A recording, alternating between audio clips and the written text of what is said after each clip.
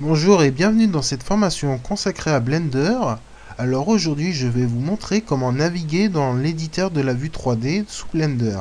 Alors pour cela nous allons commencer par lancer Blender.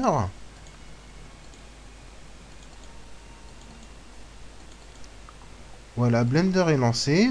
Pour vous rappeler, nous avons l'éditeur de la vue 3D qui est au centre. On y voit le cube, la lampe et une caméra. Nous avons à gauche, nous avons le panneau des outils de Blender. C'est dans ce panneau-là que vous allez effectuer les transformations de vos objets. Nous avons l'éditeur qui est appelé Outliner. Donc c'est un diagramme où est regroupé tous les objets qui composent les scènes dans Blender. Vous avez l'éditeur de propriétés de Blender où vous avez euh, tous les tous les paramètres tous les paramètres des objets de votre scène dans Blender. En bas, nous avons l'éditeur la timeline. C'est un guide temporel qui vous sert pour l'animation de votre scène dans Blender. Alors, pour naviguer dans la vue 3D, ou pivoter si vous voulez, vous avez le bouton milieu de la souris qui vous sert à pivoter autour de vos objets. Vous avez une option, si vous n'avez pas trois boutons sur votre souris, vous avez une option qui se trouve dans les préférences utilisateurs en faisant CTRL U et en allant dans Input, vous avez cette option Emulate trois boutons mouse, ce qui vous permet d'avoir une souris avec deux boutons et de simuler un troisième bouton à l'aide de la touche contrôle de votre clavier, d'une touche de votre clavier. Voilà, vous faites Save Other Setting avant de fermer cette fenêtre. C'est un éditeur aussi, l'éditeur des préférences utilisateurs. Alors, vous pouvez pivoter dans la vue 3D avec un incrément de 15 degrés en utilisant les touches fléchées de votre clavier numérique. La touche 2, 8, 4, 6 vous permet de pivoter, mais de 15 degrés dans la vue 3D. Je vais vous mettre le Screencast View, j'ai oublié. Voilà. Vous avez aussi l'option Orbit du menu View vous propose la même chose. Orbit.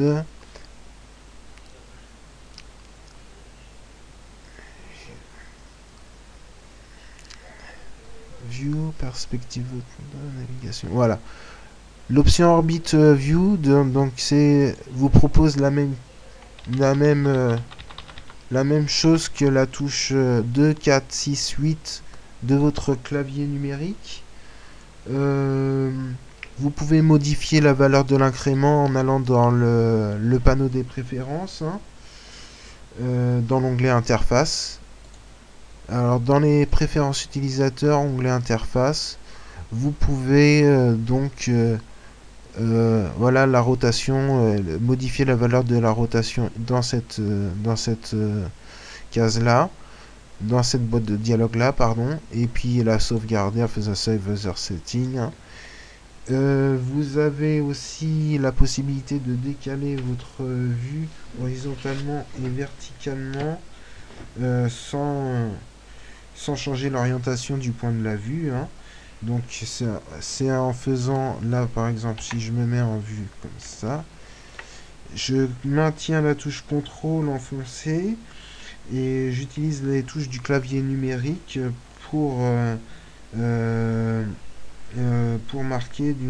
qui sont marquées d'une flèche en utilisant la molette de la souris. Voilà, comme ceci. Si je fais, alors c'est horizontalement avec le contrôle et le bouton milieu de la souris, la roulette de la souris plutôt. Et si j'ai avec le bouton majuscule Shift et la molette de la souris, c'est verticalement que je me déplace. Sinon, je peux aussi faire un bouton majuscule de la souris plus le clic du milieu de la souris pour me déplacer dans tous les sens cette fois-ci. Alors on appelle ça les options panne du menu. Alors les options panne du menu navigation sont équivalentes. Nous allons vérifier ça là tout de suite. Alors navigation et l'option pan left, pan right. Ouais, donc c'est la même chose. Dans le menu view, vous les avez dans navigation, pan left, pan up pour en bas, en haut. Donc voilà. Dans Blender, vous pouvez survoler votre espace 3D avec une fonction qui se permet de déplacer dans l'espace comme dans un jeu vidéo. Alors pour cela, on utilise le menu View, la navigation, View, navigation, et nous choisissons Fly Navigation.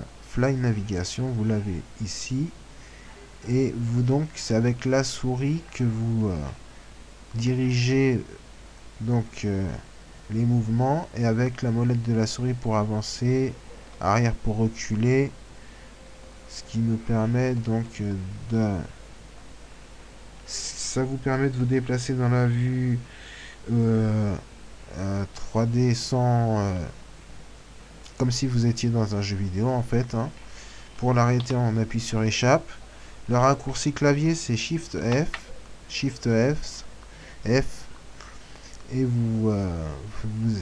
c'est avec le déplacement de la souris que vous orientez la vue, toujours.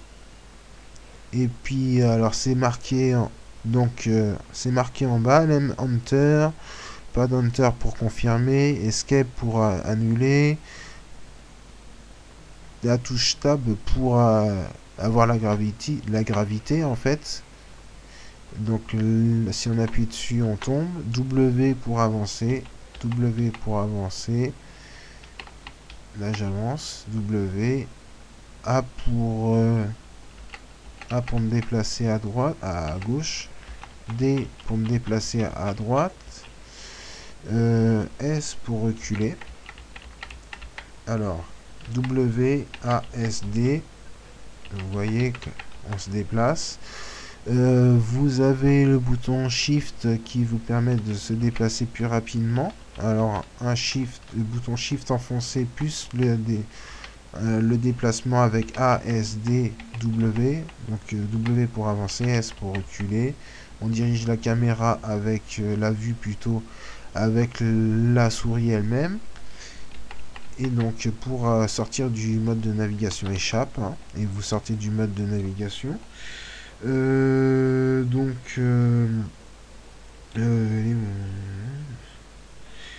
Ouais, et vous avez aussi la possibilité de basculer en image 4 vues.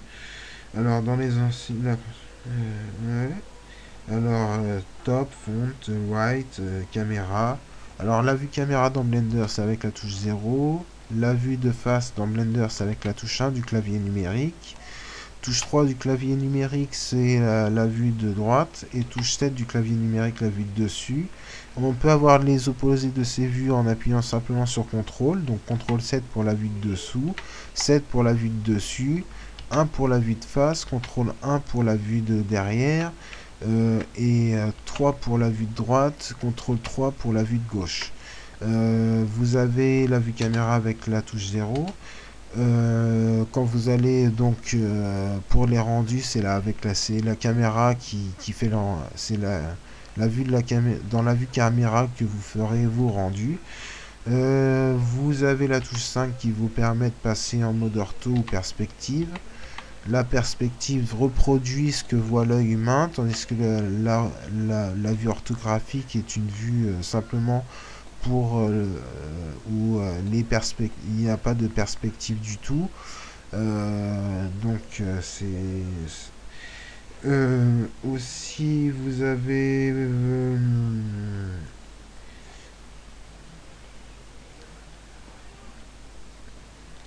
alors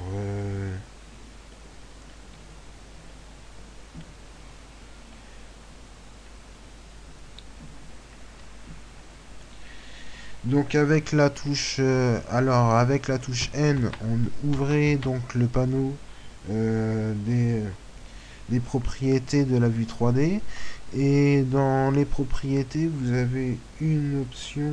Alors il faut aller dans Display. Display se trouve ici. Pour l'ouvrir, vous cliquez sur la flèche et vous avez la toggle quad view. Donc pour avoir quatre vues, quatre vues différentes, une en perspective, la vue de top, vue de dessus, front, vue de face, right, vue de droite. Et vous avez ce qui est intéressant, c'est que vous pouvez aussi elles sont bloquées, donc vous pouvez pas tourner autour de la vue simplement dans celle-là. Et Box vous permet donc de synchroniser le zoom. Si vous faites un zoom dans l'une, vous faites un zoom dans l'autre. Si vous déplacez toujours avec verticalement, horizontalement, vous voyez que la deuxième vue, la top suit. Si je zoome la vue de droite, voilà, elles sont toutes en relation entre elles avec l'option Box. Lock activé bloque les vues. Si vous la désactivez, vous pouvez, la rotation redevient libre en fait dans chaque vue. Voilà. Vous avez l'option clip. Je me souviens plus ce qu'elle fait exactement, l'option clip. Je vais essayer de regarder rapidement.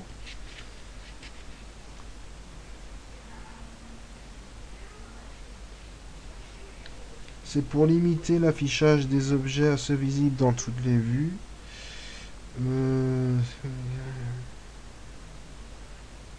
Ouais, donc si le cube sort dans une des vues, il sera plus visible dans les autres. En fait, il disparaît. Vous voyez, le cube disparaît quand je le fais sortir de la zone.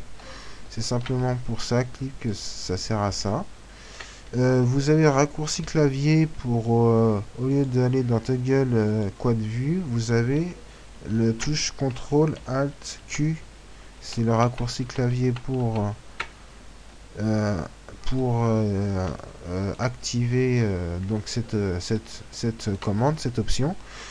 Vous avez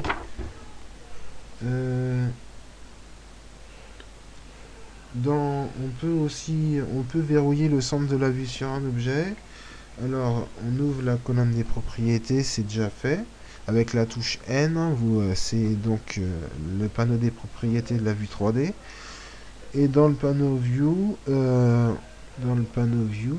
dans ce Lock, nous avons l'option Lock to Object. Donc on va bloquer le Lock to Cursor, Lock to Object qui est ici. Et là on sélectionne sur quoi on veut. Donc si je choisis la lampe par exemple, et puis donc on est sur la lampe. Si je désactive CTRL 4 View, voilà. Là, je peux pas. On est bloqué sur la. On est bloqué. On peut pas se. Si on peut.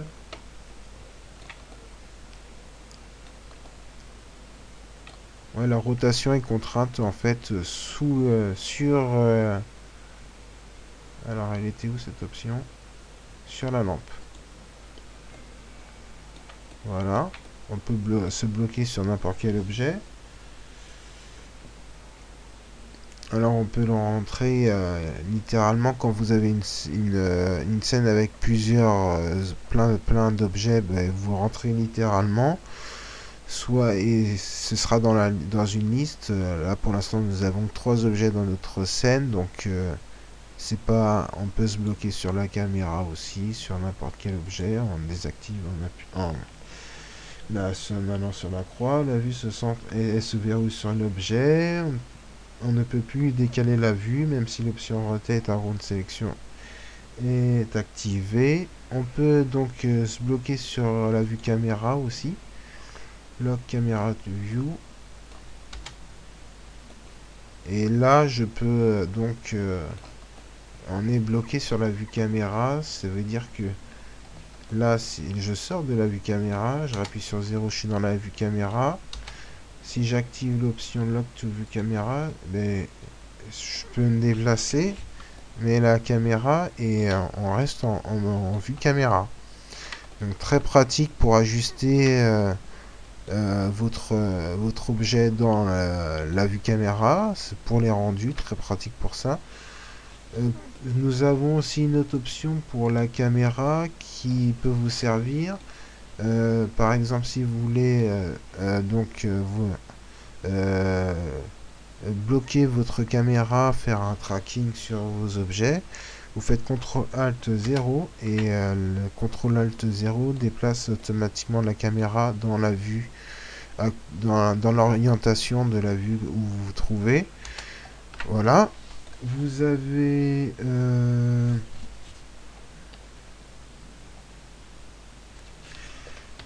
alors on peut masquer des éléments de la vue 3D, la grille par exemple, les axes aussi, les noms, tout est paramétrable dans Blender.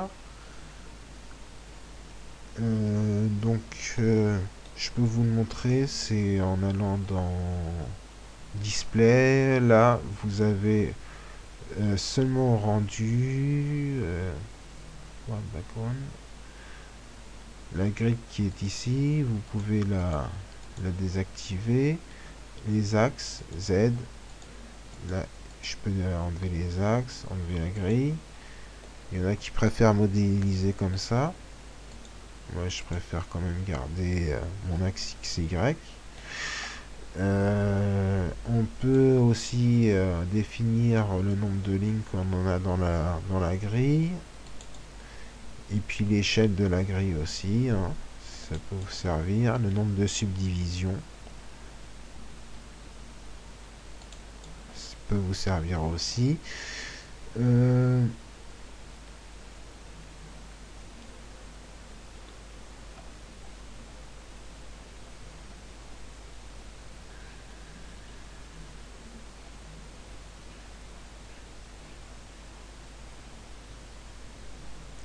Alors, il se trouve dans le panneau display.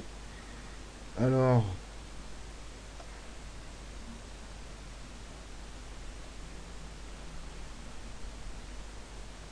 la grille fait 256 cases. Il y a 256 carreaux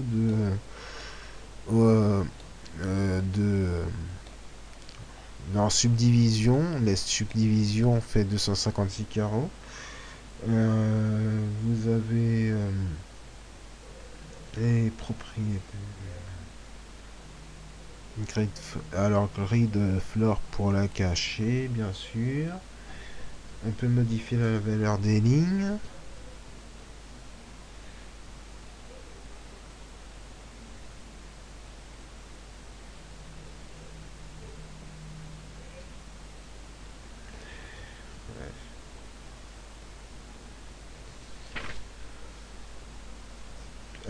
Alors voilà, donc sur la grille je vous ai un peu dit ce qu'il fallait. Les axes aussi, les axes en fait, bon ben à leur intersection c'est le repère de la vue 3D. Au milieu de ce repère, aux intersections des axes se trouve le curseur 3D. Le curseur 3D qui vous sert à donc disposer vos objets là où vous le souhaitez. Il vous sert aussi vous sert aussi dans les transformations de vos objets.